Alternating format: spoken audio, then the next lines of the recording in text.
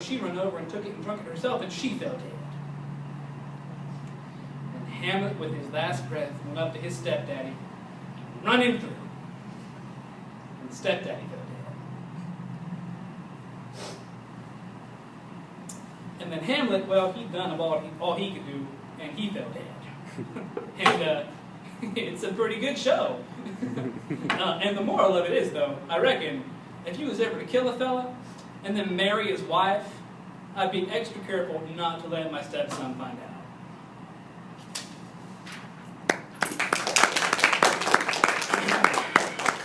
Looks like I walked into an interesting family reunion. Indubitably. Now,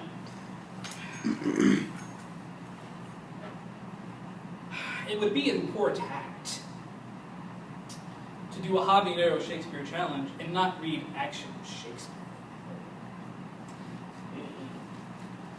I'm going to fish out one more small one here.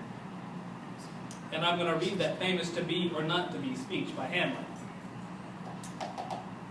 Say a little prayer for me.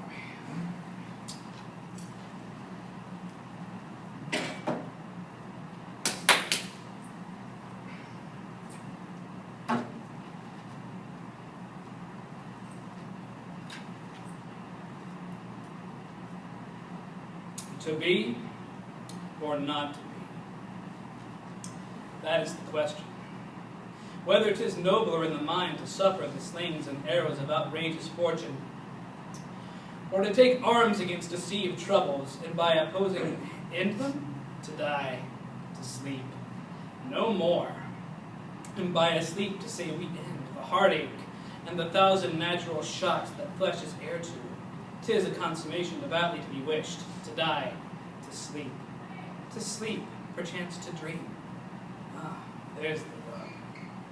For in that sleep of death, what dreams may come, when we have shuffled off this moral coil, must give us pause. There's the respect that makes calamity of so long life. For who would bear the whips and scorns of time, the oppressor's wrong, the proud man's contumely, the pangs of despised love, the law's delay, the insolence of office, and the spurns that patient merit of unworthy takes, when he himself might his quietus make.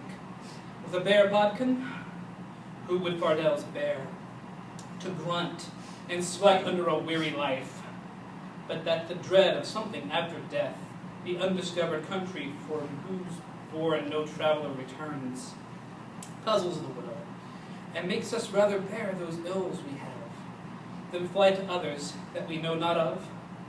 Thus conscience does make cowards of us all, and thus the native hue of resolution is slickly o'er with the pale cast of thought, and enterprises of great pith and moment, with this regard their currents turn awry, and lose the name of action, soft, the fair Ophelia, nymph, in thy horizons be all my sins.